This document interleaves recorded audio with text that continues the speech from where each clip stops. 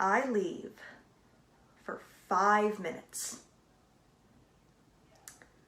I leave for 5 minutes. You were gone for like a month and a half. 5 minutes. And what do you three do?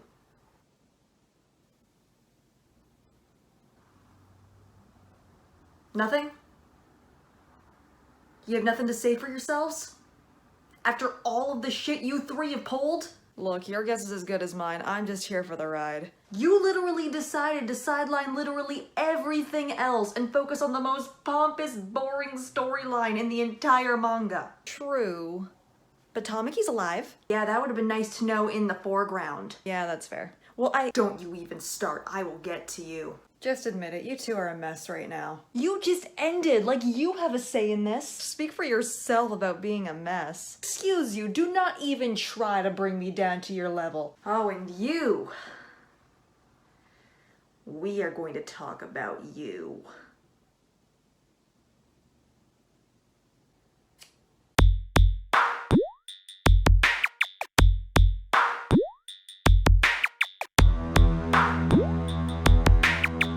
Hello everybody, it's Allie, back here again to knock some sense into you. Because my god, the opinions I've seen over this manga ending are fucking phenomenal. Now from the title, and probably the thumbnail, you already know what this video is about.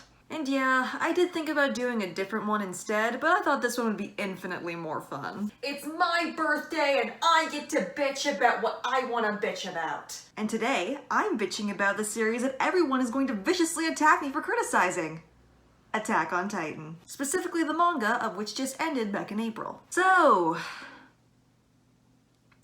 that ending, huh?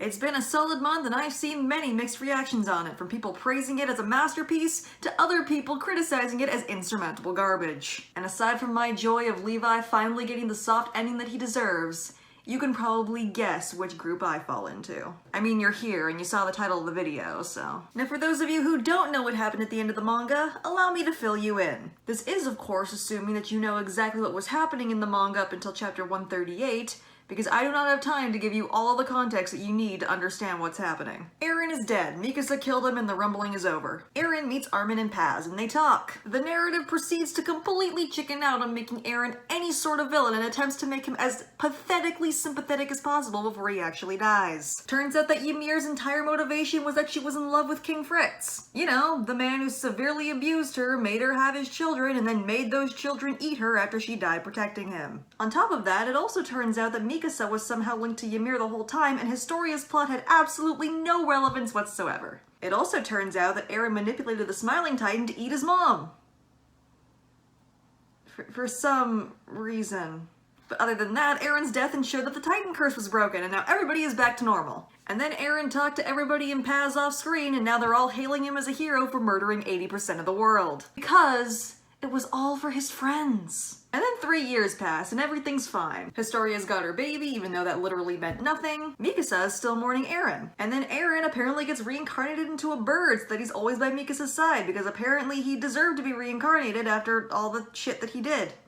And I assure you, there's more, but I'm already losing brain cells as I'm talking about this, so I'll leave it at that. That's basically all you need to know. And now, because people are diehards with no critical thinking skills and refuse to view this series with any sort of critical eye because it's a masterpiece, a whole fuck ton of this fandom is now standing Eren forever and saying that him committing genocide was actually okay, because he did it for the right reasons. And I have never been so appalled by something in my entire life. Not counting the Sheshrin thing, but that's a given. People have been saying for years that this series is pro-war and Nazi propaganda, and personally I was never quite too sure what to think of that. And I, the young foolish hypocrite that I was, just kept indulging in it anyway, figuring that there was really no harm in it overall because it's pretty good. But after the pro-genocide message in the last chapter, my eyes are open. I see clearly now, the rain is gone. And let me tell you, try as you might, nothing can quite bring you back from a pro-genocide message. But I'm not talking about the fascist Nazi propaganda. I'm not even gonna touch that. That is not my expertise, and there are numerous people around the internet who could explain it leagues better than I could ever hope to. I'm here to focus on the writing of this because that's what I know how to properly analyze. So to break it down, here's what we're going to talk about in order, because there are just some things I do not want to touch with this bullshit. The glorification of genocide. because fuck that. Ymir's love, because fuck that too. And Mikas's ending, because goddamn I am disappointed but somehow not surprised. And that's all I'm going to talk about, because if I tried to cover every single thing that's wrong with this ending, such as continuity issues, characterization issues, Historia's complete and utter irrelevance, and all of that other shit, we'd be here all day. And I don't have that kind of time, because I got shit to do. So here we go. Starting off, the glorification of genocide. I hate it here. I hate it here. I don't even know where to begin. I don't know why I have to explain this to you. Eren murdered 80% of humanity, crushed innocent people beneath the feet of the Wall Titans, pushed them to the edge of a cliff and into the ocean to drown, giving us these panels, which are probably the most fucked up things I've ever seen in my life. But everyone is crying over him at the end and forgives him. Pardon? Oh, I'm sorry. I didn't know we had a nice steaming hot cup of dumbassery before we started this. So you're telling me that Eren murdered 80% of humanity, committed literal genocide to the point that there is only 20% of the entire world left, but we forgive him because, oh, he did it for the right reasons! Is it crack? Is that what you smoke? You smoke crack? First of all, what reason? I'm genuinely asking, because not even the goddamn manga seems to know what that reason actually was. He did it so his friends could defeat him and be hailed as heroes. Really?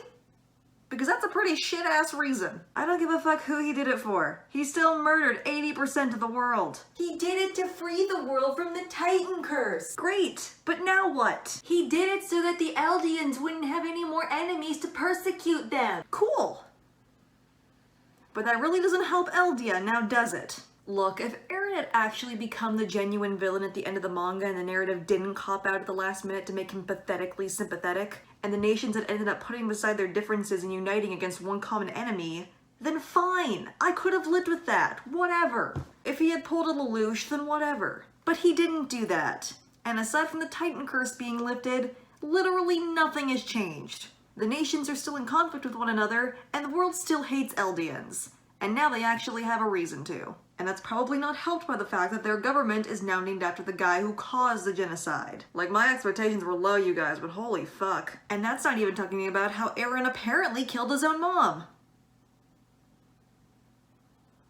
Why? What was the reason? To make him hate Titans and motivate him to join the Survey Corps? Newsflash, dumbass! Eren already hated the Titans for taking away humanity's freedom and wanted to join the Survey Corps before Carlo was eaten. Her death just happened to further that motivation. And even if she had survived, it's not like Eren would have stopped wanting to join the Survey Corps after the fall of Wall Maria. He already hated the Titans before that, so saying that that was the reason why he killed his mom doesn't make any sense. And yeah, I get it. Eren is 19. He's never been particularly rational, and he has the weight of the entire world on his shoulders with insurmountable amounts of knowledge about the past, present, and future. Having all that shit in your brain is definitely going to fuck you up, and it's difficult to imagine having that sort of burden on your shoulders. But you know, I don't care about what sort of burden he had or the fact that he was just following fate. You don't get to try and make him sympathetic by taking away all of his agency. That just basically means that everything up until this point meant absolutely nothing and that these characters never had the free will to make their own choices. Eren having no agency and an unimaginable burden on his shoulders does not erase the fact that he still murdered 80% of humanity. There is no way to make that justifiable, no matter what the narrative tries to convince you.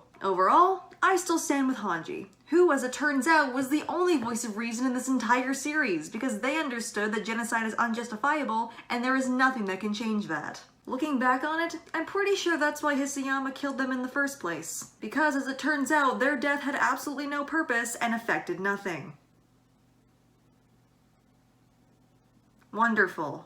And yeah, I can hear it already. Oh, calm down, it's just fiction. You're taking this too seriously. Yeah, it is fiction. And whether you like it or not, fiction affects reality, Susan. Don't make me tap the sign. Next up, we have Ymir's love. Mirror, mirror on the wall, what is the stupidest reveal of them all? Wow.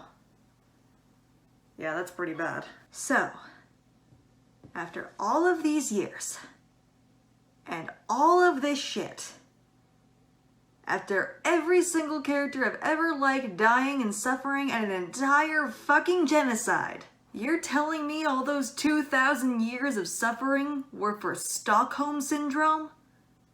What? You guys, I don't even know what to say about this, like holy hell. Yeah, hey guys, it turns out that Ymir's motivation for all of this wasn't some sort of deep, meaningful reason connected to her desire to be free from her suffering. It was her Stockholm Syndrome-induced love towards her abusive husband this whole time! Wow, yes, I am truly amazed. Astounding. Amazing. Fascinating. Baffled even. Now, I can't say that I always necessarily know bad writing when I see it. I don't need to know what bad writing looks like to see this. I don't have a problem with love being Ymir's motivation for all of this, but that depends entirely on how you handle it. Like, for instance, if she saw and experienced so much suffering and cruelty in the world to the point that she wasn't able to believe that any good actually existed in it, or the love that she saw between that one married couple and that one flashback was real at all, and her loss of hope for the world and humanity in that sense was her motivation, then fine! Sure! I can go with that, why not? And then Mikasa kissing Eren in 138, which I am still immensely bothered by the way, but that's beside the point, could prove to her in that instance that yeah, love is real, and there is goodness in the world. And then she drops the whole curse and we're all happy. If that's what happened, then sure! Why not? Let's go with that! I can buy that! But no, instead it was the fact that she loved her abusive husband that motivated her this whole time. Great. If you're gonna portray Stockholm Syndrome, you should at least try and portray it properly, and have it actually be respected and meaningful in some way. And it's not. Like, I don't know how else to say it to you, but this does not feel like it means anything. Because it doesn't. God, we could have had so much. But don't you even think that we're done yet. Because now we're going to move on to the section of the video that is probably going to have a ton of Eren Mika shippers sending me death threats in the comments. Because yeah, I know what some of you are like. And so here we are, Mikasa's ending. I'll just say it right now. I have no problem with the concept of Mikasa's ending. In fact, there are some parts of it that I actually really like. After all the shit she's been through, Mikasa deserves a chill ending. And that's pretty much what she got. She's living a quiet, peaceful life inside the walls and nobody seems to be bothering her, especially not the government or the military, which, good for her. No, the thing that I have an issue with is this bird reincarnation bullshit. After all of the shit she went through and all of the suffering and all of the character development that I thought we were getting, it turns out that her story still revolves entirely around Eren. And before y'all come at me with, oh what, so she's not allowed to grieve? I'm cool with her grieving him. That's fine and completely understandable. She grew up with him and the Agrabah virtually made him the most important person in her life, especially because most of her loved ones were dead at that point. Yeah, he did some horrendous things and was virtually unrecognizable by the end. But that doesn't mean that she can't mourn him for who he used to be, especially because she loved him so much. But the way that this scene comes across, it sends the message that she's never going to stop grieving over him. And while I know that it's definitely not easy to stop grieving over somebody you loved, it's basically sending the message that she's not allowed to stop grieving over him. Especially because of this goddamn bird thing. Like, look at this. What is that? Because being able to accept the fact that someone you love is dead and moving on from them to find new happiness elsewhere is a healthy thing to do. And would be a good conclusion to her character where she's finally able to let go of Eren and learn how to live without him. But oh, we can't have that. On top of that, what is going on with the bird thing? It's left pretty vague about whether this is some sort of weird reincarnation thing, but everything in this scene is basically saying that it is. And in that sense, I'm just gonna come out and say it. Eren did not deserve to be reincarnated. Before the time skip, I might have said yes. After the time skip, definitely not. And no, you cannot change my mind. Just let him die, man. I know we all basically promised to be like Rose in the Titanic and promised to never let go, but it's time to let go. So, in summary, too long, didn't watch. This ending sucked. Some parts were admittedly good and that I actually liked, so there was definitely potential. But that was squandered for a pro-genocide message and everybody in the series forgiving a genocidal cult leader for his actions. And I just, I love that for us. But overall, this ending wasn't good, and some of you are too afraid to admit that, because God forbid you have a single critical thought about media that you enjoy. Because obviously, if something isn't perfect, then that means that you can't enjoy it. somehow. And yes, once again, I hear it all in the comments already. God damn it, stop insulting Isayama's genius! Just because you don't like the ending doesn't mean that you have to attack him and demand that he change it. First of all, stop putting the man on a goddamn pedestal, because that never ends well for anybody. Second of all, I'm not attacking him. I am saying nothing bad about him as a person. I am focusing on the rating of the ending of Attack on Titan and nothing else. But thank you for trying to twist my own words against me. Third, I am not demanding that he change the ending. As far as I'm concerned, it's his ending and he can do what he wants with it.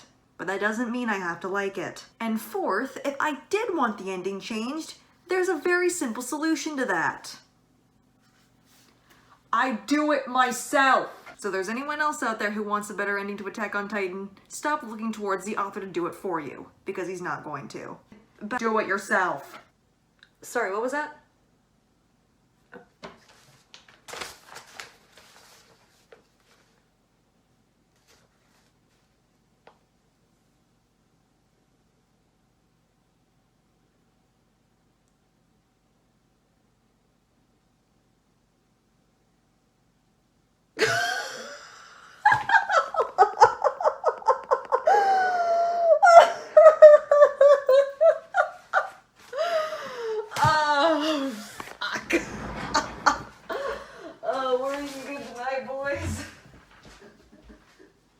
That's all I've got for you. I cannot wait for the sheer amount of insurmountable hate I'm going to get in the comments because of this, but it was fun. At least I know some of you are capable of critical thinking. Happy birthday to me, bitch! As always, everybody, thank you for being here and listening to me ramble with the things that sometimes irritate me in many forms of media. And I've got plenty more where that came from, trust me. If you have any suggestions for videos or you just want to say hi, be sure to let me know down in the comments. Or feel free to tweet me at Alicia_Irvine. And while I originally tried to hide it, I know a bunch of you found the Sheshrin video, and therefore me, through Tumblr.